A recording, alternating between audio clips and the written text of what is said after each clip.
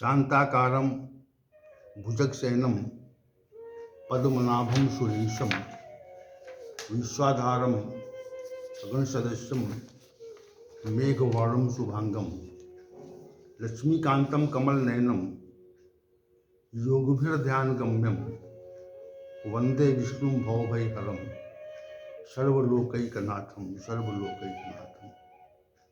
वसुदेवसुतं देवं कंसचाणूरमर्दनं देवकी परमानंदं कृष्णं वंदे जगद्गुरुं कृष्णाय वासुदेवाय हरे परमात्मने प्रणतक्लेशनाशाय गोविंदाय नमो नमः। हम आज पुनः भगवत गीता के दूसरे अध्याय के श्लोक संख्या 30 के प्रकरण में ही विचार करेंगे। श्री भगवान ने जीवात्मा को नित्य और अवध्य बताया और ये कहा कि जब जीवात्मा नित्य है, अवध्य है, तो इसमें शोक क्यों कर रहे हो। देहि नित्यम अवध्या अयम देहे सर्वस्व भारत तस्मात् सर्वाणि भूतानि ना तुम सोचित अर्हसि। समस्त शरीरों का जो अभिप्राय है वो विशेष प्रकार से 8वीं और 9वीं सृष्टि के लिए है और विशिष्ट तथ्य मनुष्यों के संदर्भ में कहा जा रहा है। वो तो है ही कि जीव पशु पक्षी जो तिर्यक योनियां हैं, पशु पक्षी कीट आदि योनियां हैं, उनके संबंध में तो निर्देश है, परंतु जो विशेष बात है वो हो मनुष्यों के संदर्भ में है कि जो लोग आपके समक्ष युद्ध के लिए उपस्थित हैं तो वे उन लोगों को आप अनित्य मान रहे हो, नित्यमहीन मान रहे हो और ये मान रहे हो कि इनका वध हो सकता है। परंतु जब शरीर का मूल कारण जीवात्मा अवध्य है तो इनका वध कैसे हो सकता है। ये एक प्रमुख बात है कि मूल तथ्य का समापन न होने के कारण उसका जो कार्य है वो यदि समाप्त भी हो जाए तो मूल कारण से पुनः कार्य का उपार्जन हो जाता है। जो अंश है वो मूल है और जो अंशी है वो उसका कार्य है। तो जो अंशी है जिसको हम शरीर मान रहे हैं, यद्यपि वो जीव का अंशी नहीं है, वो तो प्रकृति का अंश है, लेकिन यहाँ पर समझाने के लिए बात कह रहे हैं कि वो तो अवध्य है, नित्य है। जीवात्मा नित्य है, अवध्य है। जीवात्मा को शस्त्र नहीं काट सकते। अग्नि की सामर्थ्य जीवात्मा को जला पाने की नहीं है। जीवात्मा अग्नि के द्वारा नहीं जलाई जा सकती और अग्नि भी जीवात्मा को नष्ट नहीं कर सकती और शस्त्र भी नहीं काट सकते। इसलिए जीवात्मा का विनाश संभव नहीं है। जो शरीरधारी हैं उनके शरीरों का वध तो संभव है।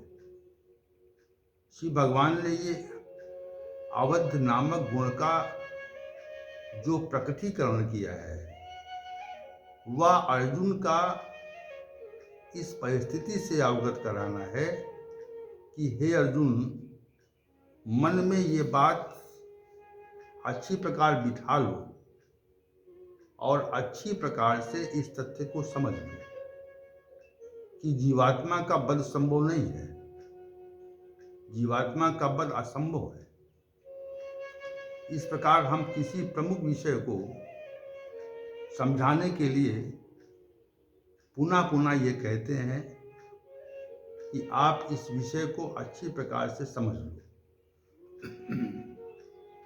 और भली प्रकार से समझाने के लिए उस विषय की हम पुनरावृत्ति भी करते हैं, पुनरावृत्ति करते रहते हैं, विषय को समझाया जाए। इसलिए श्री भगवान यहाँ पर जो अवध पद का प्रयोग कर रहे हैं, वो अब तक जितना भी कथन जीवात्मा के संबंध में कहा गया है, उस कथन को समझाने के लिए और उसको विशेष अर्थ देने के लिए श्री भगवान ने ये तथ्य कहा है कि जीवात्मा अनावद्य है। और ये जो कथन है उससे ये स्पष्ट प्रतीत होता है कि जीवात्मा की अवध्यता का कथन करके श्री भगवान ने कहा, ये अर्जुन, तुम्हारे मन में कोई संशय हो तो उस संशय को तुम समाप्त कर लो, क्योंकि अर्जुन के मन में जो विषाद है, संशय है, अज्ञान है, वो जीवात्मा की अवध्यता के कथन से समाप्त हो जाएगा, ऐसा श्री भगवान का मानना है, ऐसा श्री भगवान का समझना है। और इसीलिए वो ये तथ्य प्रस्तुत कर रहे हैं, इस तथ्य को एकदम स्पष्ट कर रहे हैं, इसका उद्देश्य प्रस्तुत कर रहे हैं। जीवात्मा जब अवध्य है तो तुम अपने देह के लिए या अन्य जो राजा लोग उपस्थित हैं, उन सभी के समापन के लिए अपने मन में क्यों संशय रखे हुए हो? तुम संशय रहित होकर युद्ध करो, क्योंकि इस विषय में अर्थात जीवात्मा के अवध्य मान लेने की स्थिति में शोक नहीं हो सकता। शरीर तो समाप्त हो सकता है, लेकिन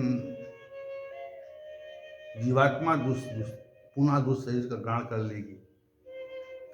इसलिए श्री भगवान ने 25वें श्लोक में भी नानुशोचितम मर्हसि पद का प्रयोग किया है।